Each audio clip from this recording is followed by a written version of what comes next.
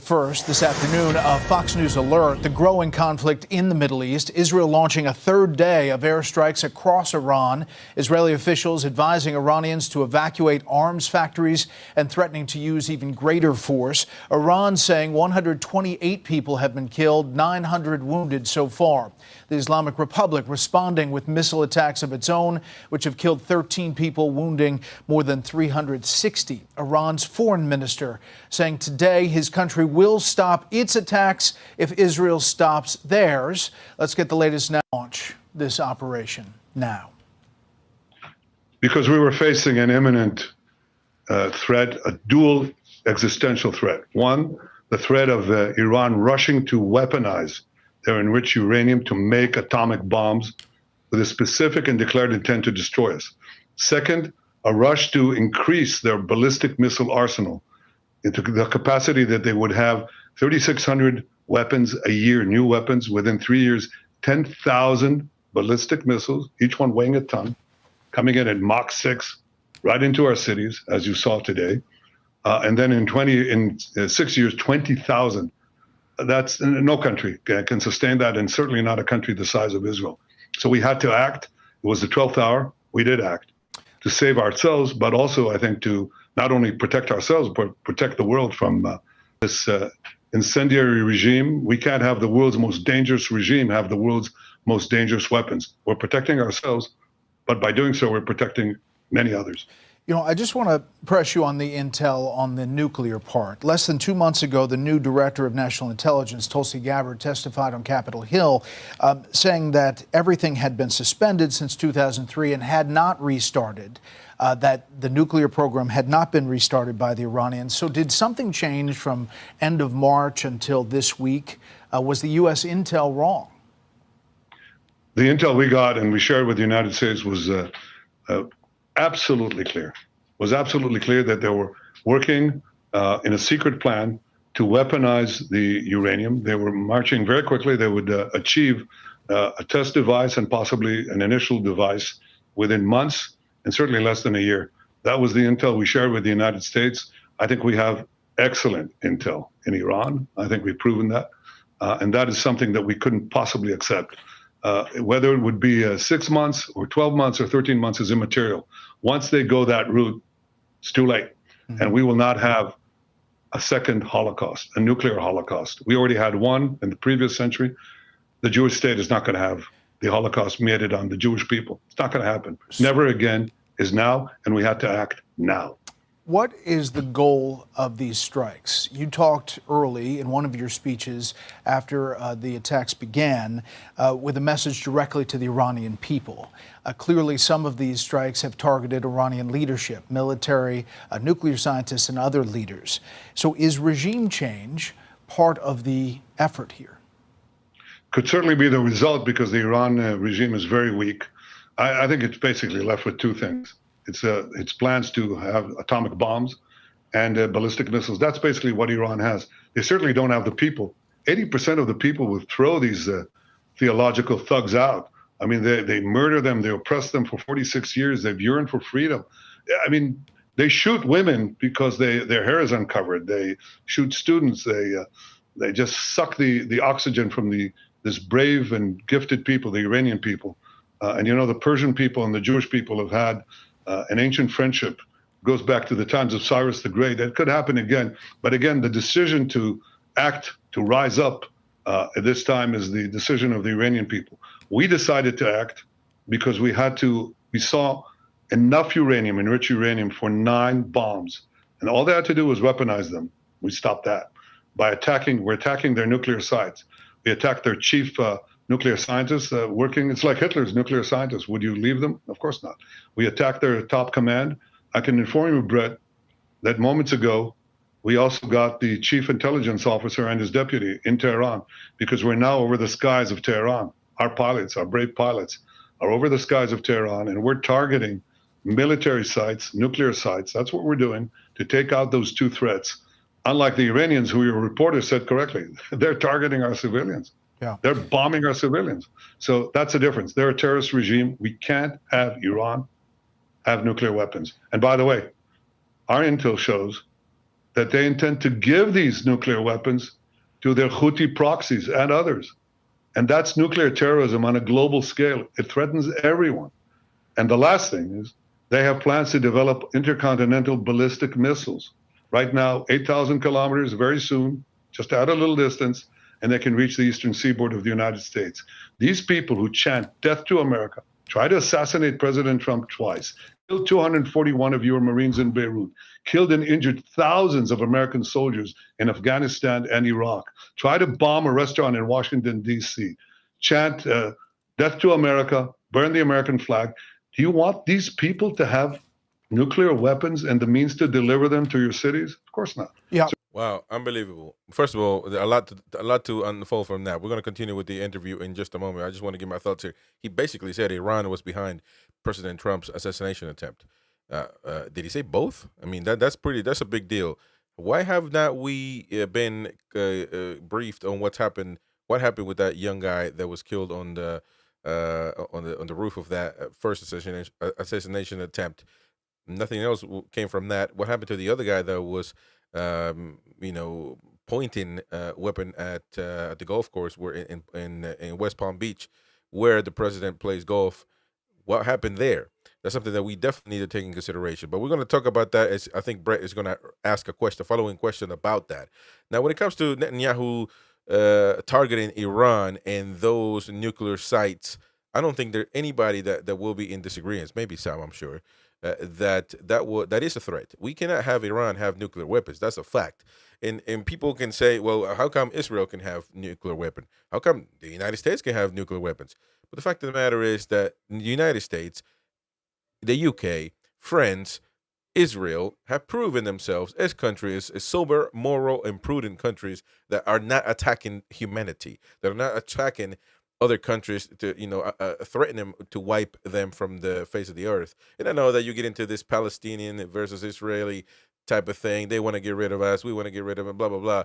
Well, the fact of the matter is everybody knows that Israel has never threatened another country that's a sovereign country to kill them or attack them, much less with nuclear weapons. They just haven't. It's plain and simple. So you've got to earn that right. And certainly Iran, who's been helping Hamas, in Hezbollah, and all of those terrorist groups, they certainly have not proven that they can have nuclear weapons, and that's not going to happen in anytime soon anyway. So I think that was a good decision, backed by the United States, by the way, to attack those nuclear weapon sites.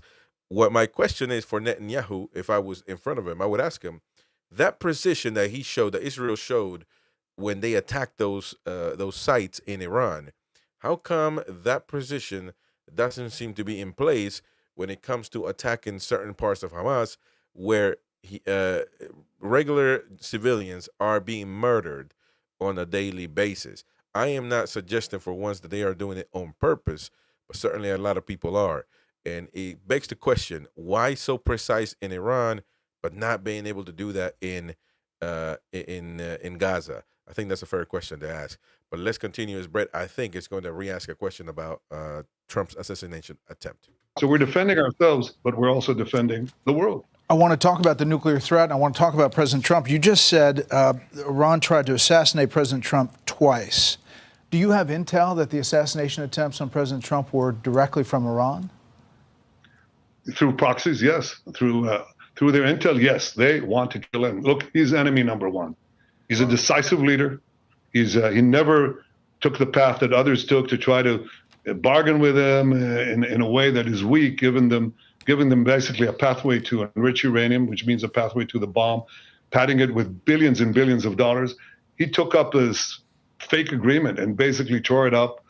He killed Qasem Soleimani. He made it very clear, including now, you cannot have a nuclear weapon, which means you cannot enrich. He's been very forceful. So for them, he's enemy number one. Yeah. Look, they also tried to kill me, but I'm his junior partner. They understand that President Trump is a great threat to Iran's plans to weaponize nuclear weapons and use them. When did you tell President Trump you were going to launch these strikes? Look, I've been in constant contact with President Trump. We've known each other for many years. And obviously, we informed our American friends and President Trump, our great friend, ahead of time. We did. He knew about it, of course. I mean, there were reports that President Trump kind of helped you achieve your strategic surprise by publicly urging you not to attack when he already knew you had decided to do it. So you were closely coordinating with the U.S. throughout this process. Look, we're fully coordinated, but understand that America, under President Trump, will make the decisions that are best for America. And that's the way it is. He understands that I, as the Prime Minister of Israel, the one and only Jewish state, must make the decisions that are important for the survival of my country, and he will do what is best for America. That is a relationship of mutual respect and mutual confidence. Does Israel have the capacity to strike Iran's nuclear sites deep underground? Well, we've certainly done quite a bit. We've destroyed the main facility in Natanz. That's the main enrichment facility. And if we need to, we'll add whatever is needed. But yes, we're committed to achieving both goals, and I'm not going to get into all of our objectives. I don't want to get into specific operational plans, but it's our existence, but not only ours. I think it's a wider battle here of civilization against barbarism, of good against bad. I mean, this regime, look at what it's done without nuclear weapons. It's just fomented evil everywhere. I mean, they've pushed international terrorism to the hilt into every part of the Middle East, in Syria, in Iraq, Lebanon, where they had Hezbollah, Hamas, where they encouraged the Houthis, the great massacre of October 7th, the Houthis. That's what they're doing when they don't have nuclear weapons, including attacking American targets. Now imagine what they'll do if they had nuclear weapons. And I'm always amazed at people who say they care about America and they don't want a war. They're right. This is a forever war that Iran is doing without nuclear weapons. And imagine what they will do if they have them. I think for the security of Israel, America, the world, we must make sure that they don't have these weapons and the means to deliver them. And they're working on both. I just want to ask you about the nuclear sites. Fordo nuclear enrichment facility located deep inside a mountain. These are from Iranian nuclear experts. Inside this mountain near Qom. Esfahan, deeply buried facility where Iran stores its highly enriched uranium. In some ways, experts say it might even be more important than Fordo. The IAEA says it's a half-mile deep. So I guess the question is, if the goal is destroying Iran's nuclear program, how do you do so without the 30,000-pound bunker buster bombs that really only the U.S. has? Have you asked President Trump to use that 30,000-pound penetrator bomb to get to those facilities? I'm not going to get into my discussions with the president, but understand that his decisions are his decisions. As for these targets, we've destroyed in Isfahan the conversion facility they had. That's a very important facility that without which you can't really build a weapon. That's gone. There are other plans that we have. I won't get into it. I think Israel has shown that it has, well, how shall I say it? We're the innovation nation, we're called that, startup nation. So we have quite a few startups and quite a few rabbits up our sleeve. And I don't think that I should get into that. Okay. Well, I mean, are you getting everything from the U.S. that you've asked for? Is there something that you've asked for that you're not getting? What I'll say this is that I deeply appreciate President Trump's decision to help in the defense of Israel. American pilots are shooting down drones that are headed towards Israel, as do our pilots. American THAAD missile batteries are helping defend Tel Aviv and greater Tel Aviv area. American Aegis ships are in the Mediterranean. That's all a decision by President Trump, which I deeply appreciate. Again, his decisions on what to do at any given time is the president's decision. I trust his judgment completely. Do you have any estimate on how much you have set back Iran's nuclear program? I think we've set them back quite a bit. I think they were completely surprised. And you know, surprise is a great element of success. Remember the Pagers? Remember Nasrallah? That's part of breaking up the Iranian axis. And we achieved that with surprise. And I think we achieved a great surprise the other day when we started. You know, we could wait and wait and wait. They'd string along the negotiations. We gave them a chance. I gave them a chance, but it was clear they were not serious about it. It became clear, I think, to the United States as well, because the president was very clear. He said, you can't have nuclear weapons. And in order not to have nuclear weapons, you can't enrich uranium. And they basically strung everybody along, and it was clear to us it was going nowhere. I could wait and wait and wait until they officially declared that the talks were off. or they, and we'd officially declare that we're going to attack them. That's not how I conduct wars, and it's not how Israel conducts wars. So we're geared to do whatever is necessary to achieve our dual aim, to remove two existential threats, the nuclear threat and the ballistic missile threat. And we're doing that as we speak now in Tehran, but we're not bombing the population. We're telling the population, leave. So when we hit the targets embedded in civilian areas, you won't be hurt. And there's now mass migration from Tehran right now. That's what's happening. So because we're giving them forewarning. Mr. Prime Minister, what proportion of Iranian air defenses do you think you've taken out? Back in October, the air defenses were really decimated. Now you say you have kind of control of the skies as you're picking these targets, yet these missiles and drones are still coming your way as they attack, as you point out, civilian areas inside Israel. Well, you're right. First of all, we're doing a lot to prevent a lot of them from coming in, but it's not hermetic. You're quite right.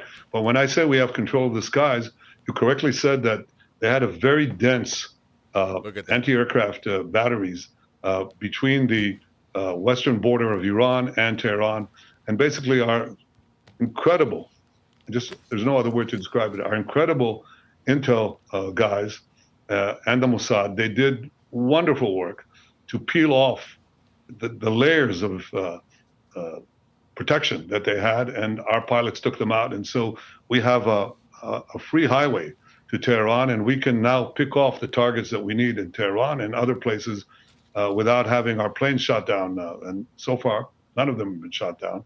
And I hope that continues. But we are absolutely resolute to remove this threat. This is what you have to do when you stand at the brink of catastrophe. And I think it's not just our test.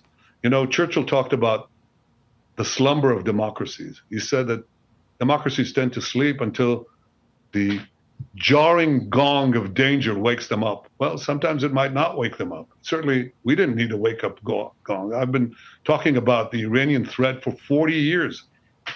3 years, I think, 4 years after the Iranian regime, the Ayatollah regime, hijacked Iran and the people of Iran. I said the greatest threat facing Israel and potentially the world is this regime that will try to arm itself with nuclear weapons. And I've devoted a considerable part of my life, in fact, most of my life, to preventing that. And when the gong of danger sounds, and it's the last moment, it's the 12th hour, you've got to act. That's what responsible leaders do. And what I seek is that the entire world will do what President Trump is doing. He's standing up for good against evil. He's standing up for the right against the wrong. He's standing up for good against bad. And I think that's very admirable. I salute you for it, President Trump. All right. So we're going to call it off with that one as far as the interview is concerned. But very telling, very interesting. I thought the Trump assassination attempt was revealing. I mean, the fact that he said that Iran was behind both assassination attempts is telling. And clearly, if he told the media, that means that of the intel that he has, he certainly shared that with Trump himself. And so what is going to come out of that one? Well, we're going to have to see, because it was unbelievable. This was premiered yesterday, and it already has 4.3 million views, this interview. So very much telling. And it's very, it's crazy. And we'll see if it is true or if it isn't. Let me know in the comment section below in the live chats whether you believe that Iran was behind President Trump's assassination attempt. Now, we're going to come back and talk about the domestic side of things, as the United States of America have been hit. Capitol Hill rattled after Minnesota shootings. They arrested the guy. I mean, you can never, as far as political killing people for political reasons, it's atrocious and abhorrent, and it needs to be